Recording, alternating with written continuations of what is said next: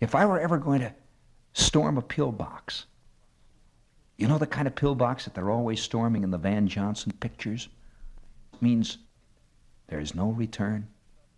Sheer, sudden, utter, and certain death. I could just see this colonel saying, "Shepard, storm that pillbox. Pick 6 guys." I'd look around at this platoon, and I'd pick 6 White Sox fans. Because these guys have known death every day of their lives, and it holds no terror for them now.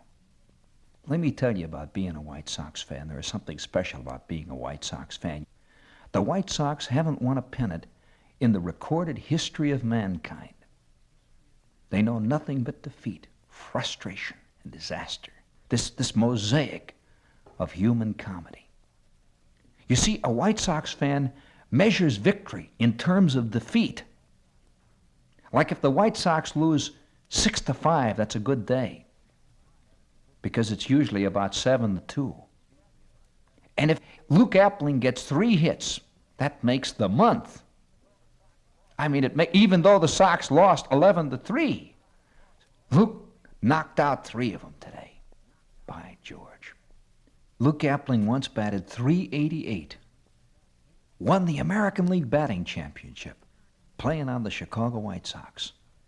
And that year, he knocked in 27 runs. There was just never anybody on base. It would be like living in a jungle with nothing but tigers as far as you could see, and you're the only human being, and you represent the human race, and you're trying to keep it alive. Luke Appling. And then I remember Zeke Bonura. This is a typical White Sox player. Banana-nosed Bonura. Zeke Bonura playing first base. One year won the American League fielding championship and never laid a glove on a ball. He just stood there, day after day. Every man's great moment on the White Sox happened when nobody was watching. They had this pitcher named Bill Dietrich, Wild Bill Dietrich. He was kind of fat. He was a typical White Sox pitcher, and he was nearsighted. And any guy who was nearsighted who was in the big leagues was great as far as I was concerned. Always in the spring, you'd see pictures of him in the Chicago Trib. It would say, "Dietrich, signs packed." And it always looked as if there was a thumbprint on his left lens. And he had this kind of funny squint, you know, that nearsighted guys get. You know, one year, Bill Dietrich lost 15 games and won 7. And the next season he held out because he'd had a good year. Well, it was a good year, you know. The year before that, he'd lost 19. Old Bill Dietrich is out there pitching one day, and you can look this up in the record books. Bill Dietrich pitched a no-hit, no-run game against the St. Louis Browns. 37 games out of first place. The White Sox were 41 games out of first place. They were just 2 games ahead of the 4th place team in the American Association. The White Sox and the Browns. Sister teams of defeat. For over 7 years, simultaneously, they occupied the cellar in the American League. It was kind of a ballet of disaster. And Bill Dietrich pitched a no-hit game. There were 243 paid admissions, 186 patrol boys, and 3 troops of Girl Scouts who saw Bill Dietrich at the very, very apex of his world. And probably right this very minute now, poor old Bill Dietrich is polishing somebody's window at some smiling service station, looking in with that same squint. But he was there once. He was there and he did it. I remember one time Bill Dietrich is standing out there on the mound. He had this beautiful motion, you know. He looked kind of like a caveman. And he would walk in circles out there and look down and peer into the darkness. And he had this catcher named Mike Tresh, who went once for over 2 years without getting a hit.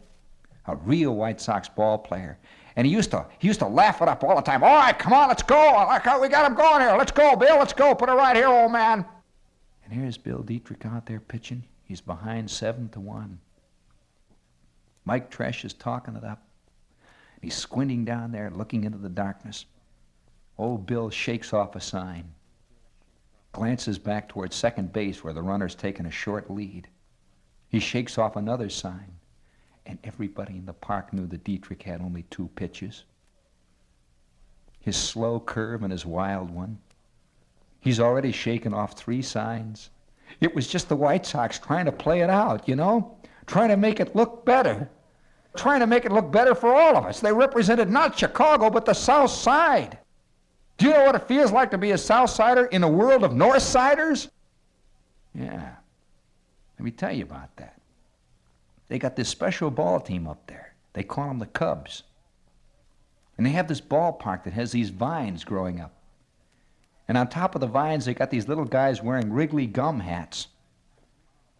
And this big fat clown of an announcer was always saying, yeah, the Cubs are going to have a great year. The Cubs are going to have a great year. And I remember one time the White Sox are playing the Cubs in the City Series, which is the only kind of glory we ever saw. And Mike Krivich got lost for 15 minutes in the vines in center field. They had to call the game for a while when they went out there and looked for him. Mike Krivich, a White Sox outfielder who hadn't seen a leaf in years. This guy lived in nothing but concrete and coal mines. Mike Krivich, there's a name. There is a White Sox name. Mickey Mantle. Mickey Mantle. What a name for a ball player. Mickey. Bobby. Mike Krivich. There's a name. This is a name that's made out of old red bricks, used bricks. The kind of bricks you buy at the lumber yard. Got chunks of tar hanging on it and old concrete, pieces of straw and other things. Can't even discuss it. I remember Mike Krivich standing out in center field with tobacco juice squirting out of both ears. He's just standing out there. He looks like a fire plug with feet. I'll never forget the first time that it happened. They took Mike Krivich out for a pinch hitter. I'm sitting there next to the radio. Bob Elson says, next man up is Krivich. Says, wait a minute. Looks like they're sending in who's number 7 there. They're not letting Mike hit. Mike Krivich is taken out for a pinch hitter on the Chicago White Sox. It was then I began to see that the world was changing. Somebody named Bobby or Johnny came up to hit for him. It was the beginning of a new world. Banana Nose Zeke Bonora is back selling fruit in New Orleans.